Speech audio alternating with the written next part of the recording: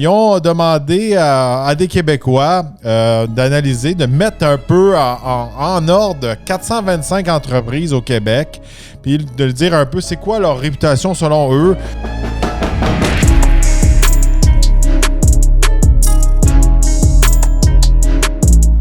Cet épisode de Tour qui est présenté en collaboration avec Fast Wheels et Assurago. Aujourd'hui, quelle marque automobile a la meilleure et la pire réputation selon les Québécois? On va se le dire de nos jours, la réputation est souvent affectée par l'image qu'elle projette aussi dans les médias et aussi le bouche à oreille et un peu qu'est-ce qu'on voit et un peu partout sur nos écrans. Aujourd'hui, je vais essayer de vous décortiquer ça et vous montrer aussi que le marché du Québec est très différent du reste du Canada, des États-Unis et même du monde. Et c'est ça qui fait de notre marché un marché unique et des fois aussi, même les compagnies le réalisent et d'autres compagnies le réalisent un petit peu moins. Je vais vous offrir aussi un peu mon avis, mon expertise côté marketing, côté média. C'est quoi mon opinion sur ces résultats-là? Aujourd'hui, je prends une étude de chez Léger, Réputation 2027 au Québec. Ils ont demandé à des Québécois d'analyser, de mettre un peu en ordre 425 entreprises au Québec, puis de dire un peu c'est quoi leur réputation selon eux. Fait qu'ils disent que les Québécois, en général, sont devenus plus exigeants, moins patients, plus sensibles à l'expérience réelle, puis aussi la qualité du service, tout ça. Ils disent que dans cette étude-là aussi, ils disent de plus en plus les médias sociaux influencent l'opinion, mais ils disent que c'est ils font pas confiance vraiment encore en moyenne aux médias sociaux. Là, je fais un astérix, c'est sûr et certain, ça dépend où ce qu'ils ont demandé, à quel groupe d'âge qu'ils ont demandé aussi, puis dans quel coin. Il y a une différence entre demander à des gens à Rivière-du-Loup puis demander des gens qui restent à Montréal. Fait que faut prendre ça quand même avec un grain de sel, mais je trouve qu'il y a des trucs là-dedans qui veulent en dire long, selon moi. Premièrement, regardez, je vais vous donner un exemple. On ne parlera pas de toutes les autres marques. On va se concentrer sur l'automobile aujourd'hui. Mais parlant de marques aujourd'hui, juste pour vous donner une idée qui est dans le top 3. Numéro 1, c'est le groupe Jean Coutu. Numéro 2, Google. Puis 3, Canadian Tire. Fait que pour eux, c'est eux autres qui ont la meilleure réputation. Pour moi, ce ne serait pas eux autres, là. Mais bon, moi, en vous et moi, tous mes trucs de pharmacie, j'essaie de ne pas aller à la pharmacie parce que je trouve qu'ils chargent vraiment plus cher que si on achète en ligne ou, mettons, au Walmart. Canadian Tire, je pense pas que ce serait la place que j'irais pour faire réparer mon véhicule. Mais bon, c'est juste pour vous donner un petit peu une idée. Il y a d'autres compagnies dans le top 10 comme Interac, Dollarama, Maxi, Cirque du Soleil, les Canadiens de Montréal et YouTube. Fait qu'on y va avec la compagnie qui est la plus haut classée dans ce truc de réputation-là. Puis c'est pas une surprise de ce côté-là. Puis je suis zéro étonné. Regardez, le numéro 1, c'est Toyota qui est au 8e rang. Regardez, Toyota, ils font une très bonne job avec les médias en général. Ils sont très bons pour bâillonner les gens qui parlent contre eux. Ils sont bons pour mettre de la pression, autant au Canada qu'aux États-Unis qu'en Europe. Ça, je l'ai vu behind the scene. Ils jouent très fort là-dessus aussi. Je pense qu'ils ont trouvé un peu la recette secrète un peu, comment contrôler les médias, comment un peu jouer behind the scene pour faire peut-être les bons commanditaires à la bonne place, sans trop déraper là-dedans. Regardez, là, je peux vous dire, là, chez Toyota, il y a moins. Je trouve que c'est rare qu'on voit des mauvaises nouvelles de chez Toyota. Puis quand il y en a, je trouve qu'ils sont très cachés. Puis que la majorité des médias n'en parlent pas. Puis quand on va sur les autres sites de médias, peu importe aux États-Unis, au Canada, mais souvent, le site web est commandité par Toyota. Fait que ça me fait rire. Il y a des nouvelles qu'on pourrait s'acharner sur eux jour et nuit. Des méga bris de fiabilité, de méga recall, des associations avec des groupes terroristes, peu importe. Je trouve que c'est très caché. Puis c'est là-dedans qu'on rentre aujourd'hui. Fait que c'est ancré dans la tête des Québécois. Toyota, c'est très, très fiable. Puis c'est très fort, surtout au Québec ici. Dans le reste du monde, je pourrais vous dire, Toyota a une bonne réputation, mais pas aussi forte qu'au Québec. Puis ça veut en dire long. Puis je pense que aussi la plupart des gens qui associent la bonne réputation de Toyota, mais c'est des gens aussi qui consomment beaucoup de médias traditionnels comme des postes qu'on retrouve à la télé, là, Radio-Canada, TVA, etc.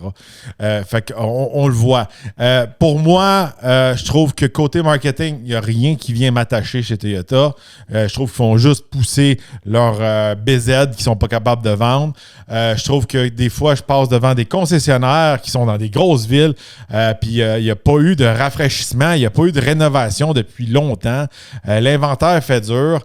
Je trouve que la plupart des autres marques qui sont forcées à faire des belles rénovations, à faire des nouveaux concessionnaires, à changer leurs services. Eux, ça a l'air juste des vieux concessionnaires. Il y en a qui ont rénové, mais il y en a d'autres que je trouve qu'ils n'ont même pas eu besoin de rénover. Pour moi, regardez, c'est sûr et certain, j'ai un historique. Si vous voulez savoir tout mon historique un peu avec Toyota, j'ai fait un épisode VIP sur le sujet qui va en long et en large, tout mon historique avec eux. Mais ils font une bonne job pour garder leur image clean, mais est-ce que ça va durer avec, je vais vous dire que la population qui vieillit, il y a les gens qui délaissent de plus en plus les médias traditionnels. Est-ce qu'ils vont être capables de garder autant leur main de fer sur les méchants médias sociaux qu'eux, peut-être des fois, peut-être que ils n'ont pas besoin de dealer directement avec Toyota ou d'être sous l'emprise de Toyota. Fait que ça, c'est mon avis à moi. Deuxième marque, on y va avec le rang 18, Honda, qui a quand même gardé une bonne réputation. Je pense qu'eux autres, ils flottent encore sur leur vieille réputation parce qu'on va se dire, Honda, dans les dernières années, ils ont eu des modèles qui étaient plus problématiques, ils n'ont pas eu beaucoup de changements, mais ils ont joué safe. C'est ça qui est bon chez Honda, c'est qu'ils n'ont pas toujours poussé trop la technologie. Fait que ça ne les a pas mis trop dans l'embarras. Côté fiabilité, côté gadget, côté bugs, ces choses-là. J'en ai un tout nouveau, tout beau à l'essai cette semaine, Honda Passport. Tu sais, il y a un bon vieux V6 dedans. Il y a des boutons. Tu sais, c'est comme, il est tout nouveau, mais ils ont gardé des choses un peu old school dedans qui sont efficaces. Fait que je pense que ça l'aide avec le temps. Puis qu'ils n'ont pas aussi plongé dans les modes à 100%. Je pense que ça a aidé beaucoup à Honda. Numéro 3, puis ça, c'est un cas assez spécifique pour le Québec, c'est Mazda. Mazda, au rang 84 de leur analyse là, de cette recherche-là de réputation, Mazda est très populaire au Québec. Puis à minute qu'on sort du Québec, c'est pas aussi populaire que ça. Je m'en souviendrai comme c'était hier. Je vous rappelle que, tu sais, moi, je faisais presque tous les salons de l'auto à travers tout le Canada, les États-Unis, ces choses-là. Puis j'avais des gens haut placés qui venaient des États-Unis, qui faisaient les salons de l'auto avec moi. Quand ils sont arrivés à Québec ou à Montréal, fait comme, wow, qu'est-ce qui se passe avec Mazda? Pourquoi leur boot, leur kiosque est si gros que ça? C'est comme, je dis, ils sont très populaires, ils sont bien. Tu sais, ici, les gens aiment ça. C'est une marque qui est populaire juste ici. Il dit, pourquoi c'est pas même à Toronto ou à Calgary ou, mettons, l'autre bord, à Boston ou à New York? C'est les Québécois qui aiment beaucoup Mazda. Fait que je pense qu'avec Mazda, avec le temps, les gens se sont attachés à cette marque-là. Ils ont peut-être fait du bon marketing dans le passé, tout ça. Très présent, encore une fois, dans les médias traditionnels. C'est un cas unique, ça. Et dans d'autres marchés, Mazda, c'est comme une marque que les consommateurs en général oublient. Après ça, Subaru. Subaru, ils sont au rang 98 de cette recherche de réputation. Subaru, je pourrais vous dire, c'est parce que c'est un véhicule qui est bien adapté à notre climat. C'est des véhicules qui sont robustes, all-wheel drive symétrique, tout ça. Fait que ça, je pense que Subaru, c'est plus que c'est leur produit, plus que peut-être la marque en général, qui est vraiment attachée à notre climat, tout ça.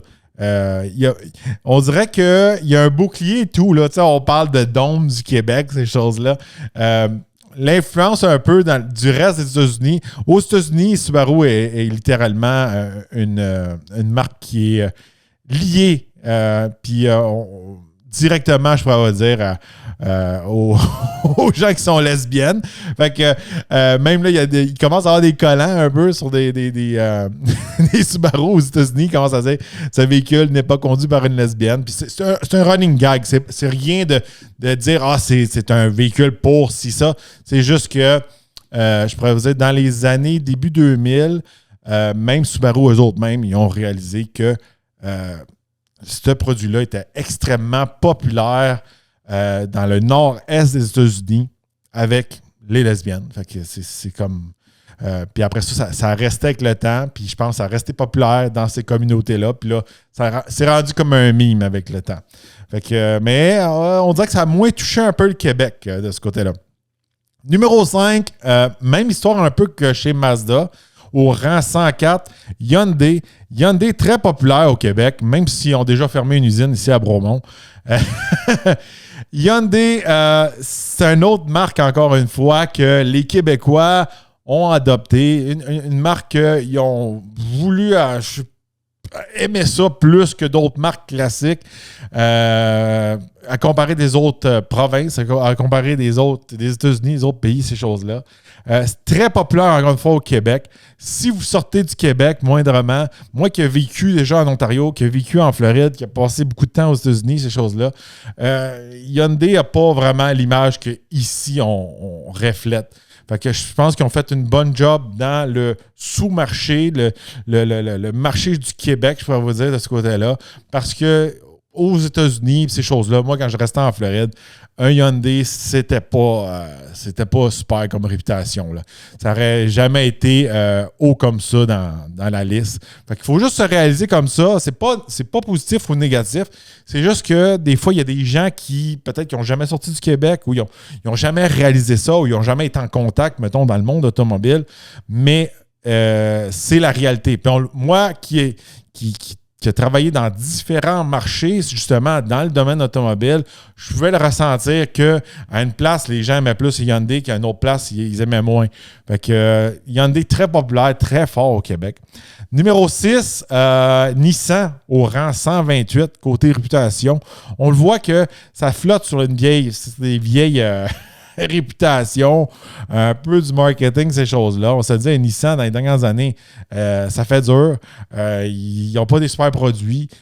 Beaucoup de bris aussi, fiabilité, tout ça. Encore une fois, Nissan, là, on sort un peu du Québec. Nissan, aux États-Unis, surtout quand je vivais en Floride, c'était une marque un peu pour une deuxième chance au crédit. Des gens qui sont un peu plus pauvres, ces choses-là, c'est vraiment attaché à ça. Autant Hyundai que Nissan, aux États-Unis, c'est la vision qu'un peu qu'ils ont de ces marques-là. Fait que la réputation est vraiment pas la même quand on sort du Québec, surtout pour ces marques-là. Numéro 7, Volvo, côté réputation. C'est sûr et certain que vous voyez que c'est juste une question d'image, de marketing, tout ça. C'est pas une question, c'est-tu parce que c'est fiable, ces affaires-là? Les gens, je le sais déjà, il y en a qui vont broyer à cause de Toyota. Là. Parce que, on va se le dire, là, les gens de les gens de Toyota, là, je pense qu'ils sont rendus sur mon top 3 là, des plus broyards. Là. Je pense que j'ai mis en numéro 3. Les numéro 2, c'est les brainwashés, genre EV. Puis numéro 1, c'est ceux qui sont à pied, là, qui font de la bicyclette et qui sont piétons. Là. Fait que, sont sur le podium. Là. Dans les plus broyards, là, je pourrais vous dire, c'est propriétaires de Toyota. Là. Fait que c'est pas une question de fiabilité, là, parce qu'on n'aurait jamais des affaires comme des Nissan et des Volvo dans la section les fiabilité. C'est une réputation globale, puis ça, c'est attaché beaucoup à le marketing puis un peu l'image qu'on a de la brand. Fait que Volvo est quand même haut placé. Encore une fois, Volvo, c'est une marque qui dans d'autres marchés, c'est qu'on oublie littéralement comme Mazda. Pendant longtemps, quand je faisais, encore une fois, des événements des salons de l'auto, des fois, Volvo n'était même pas là. Et à un moment donné, ils sont juste disparus de tous les salons de l'auto, tout ça. Fait que quand même haut placé là-dedans. Mais je vous rappelle qu'ils ne doivent pas avoir demandé pour toutes les marques automobiles. Numéro 8, Kia, qu'au rang 153. Regardez, c'est un petit peu drôle que Hyundai est en haut de Kia parce que techniquement, Kia est supposé être un peu la marque un peu plus haut de gamme que Hyundai. Fait que le retrouver en bas de Hyundai, c'est un petit peu drôle. Mais je pense qu'aussi, là, il y a eu un peu des attachements avec le temps que les premiers Kia qu'on a eus ici au Québec, qui étaient quand même, ils rouillaient beaucoup, ils étaient quand même désastreux comme produit. Numéro 9, Volkswagen. Un autre marque qui est très populaire au Québec et qui n'est pas autant populaire dans les autres marchés, mais qui a quand même baissé. Volkswagen, ils se sont fait taper dessus avec le Dieselgate là, sans cesse. Là, ça n'a pas arrêté avec le temps. Là. Fait que, ça, c'est sûr certain, ça a brimé leur réputation. Mais ils ont quand même une réputation encore très forte au Québec. Les Québécois aiment les Volkswagen beaucoup plus que d'autres marchés. Numéro 10, General Motors, GM, rang 215 de cette liste de réputation-là. Je pense que GM, eux autres, ils sont présents depuis longtemps partout. Ils ont beaucoup fait de trucs d'électrification. Je vois des tonnes et des tonnes d'Equinox EV sur le chemin. Là. Je pense que c'est le véhicule que je remarque le plus sur les routes dernièrement, qui est le plus présent. Ils en ont vendu des tonnes. Je suis quand même étonné de le voir aussi haut. Puis tu sais, l'affaire qu'il y a, c'est que, encore une fois, c'est comment ils vont venir commanditer, ça va être quoi leur présence sur les médias traditionnels et ce qu'ils commanditent, le hockey, ces choses-là. Un truc qui est unique pour le marché au Québec, pour General Motors, c'est la marque GMC. GMC est très fort au Québec. Les gens aiment GMC. Souvent, ils vendent plus de GMC que de Chevrolet dans les pick-up. Puis ça, c'est unique. Fait que même là, rien que pour vous dire, là, ils sont venus chercher des gens de chez GM Canada pour travailler aux États-Unis pour justement faire monter la marque GMC. Puis un des secrets de GMC, c'était le Québec. Parce que les Québécois, en général, je pense qu'ils voulaient être différents. Puis des fois, peut-être qu'ils aimaient moins le style Chevrolet. Moi, je trouve que, tu sais, on va se le dire dans les vrais termes, là. Un Chevrolet Silverado, c'est comme un truck d'anglais, puis un peu plus. Fait que, tu sais, GMC, on dirait que tu te sens moins dans un truck d'Ontarien ou un truck d'un Américain. Fait que ça faisait plus spécial, plus fancy. Puis souvent, il y avait des packages que peut-être qui attiraient plus les Québécois.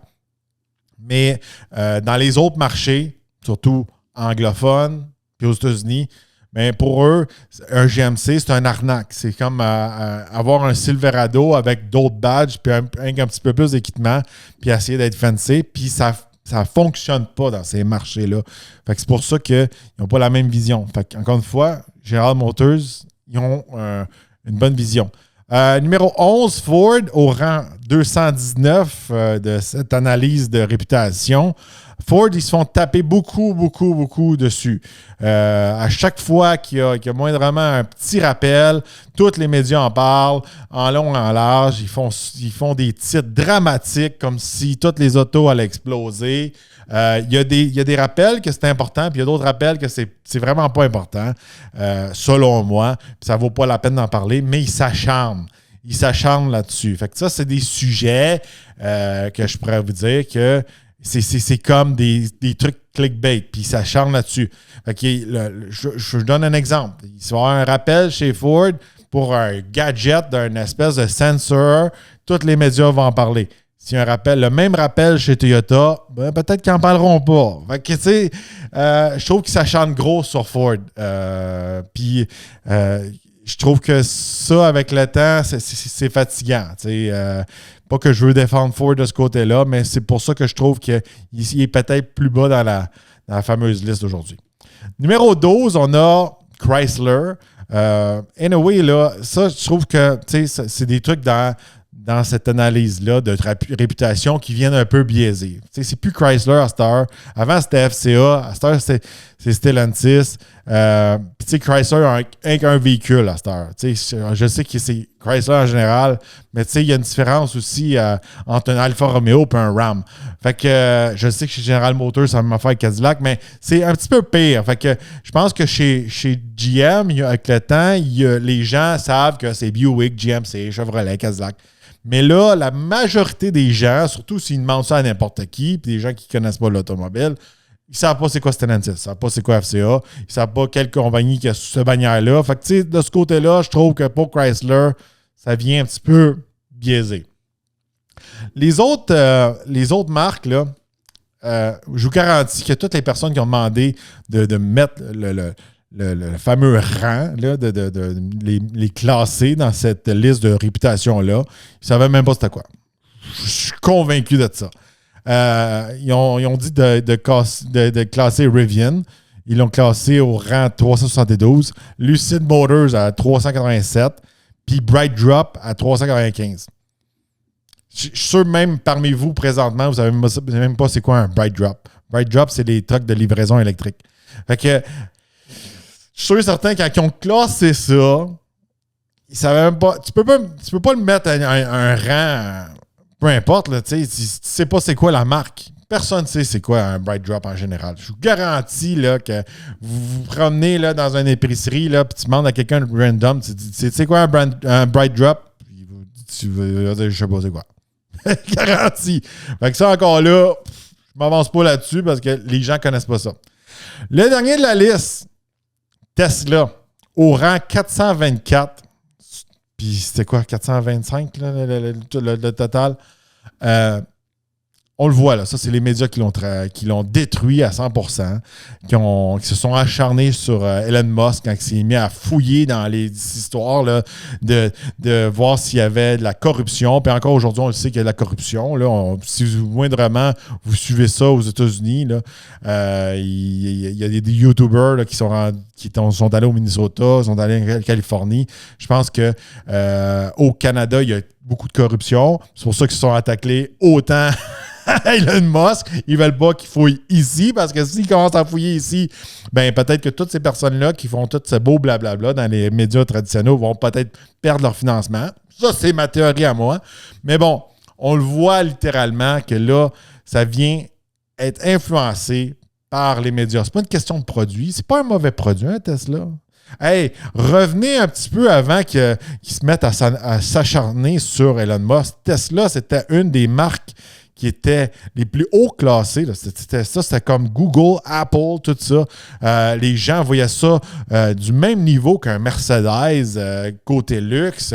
Ils voyaient ça comme une compagnie qui sauvait le monde, qui était révolutionnaire, qui n'avait rien qui accotait ça. La réputation de cette marque-là était très, très haute. Le produit chez Tesla n'a pas changé, là.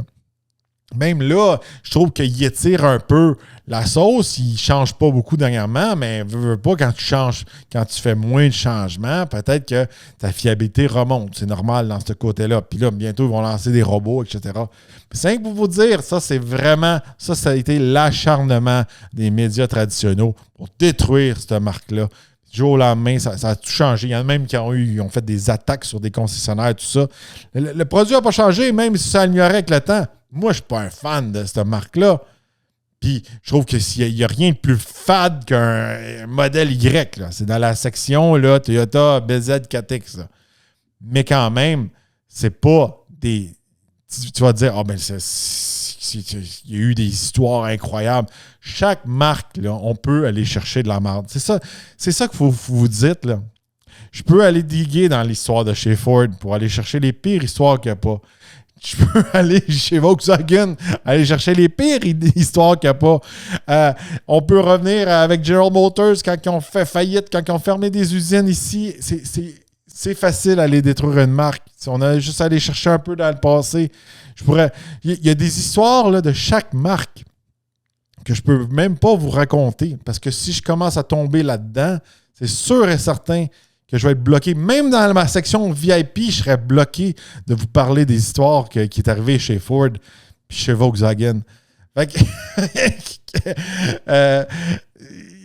il faut voir ça comme ça. Puis il ne faut pas oublier que vous êtes un peu dans un dôme, dans une bulle médiatique français, francophone, québécois, que peut-être que pour vous, c'est cool un Hyundai, c'est cool un ci, un ça, mais peut-être que si vous sortez un peu de votre bulle, ben, c'est pas toujours la même histoire, tu sais. Je vais vous laisser un petit peu comme sur un exemple un peu plus cocasse. On va le mettre comme ça. C'est un peu... Ça me fait penser à une fille qui est bien cool dans sa petite ville, qui est la plus haute, que tous les gars courent après.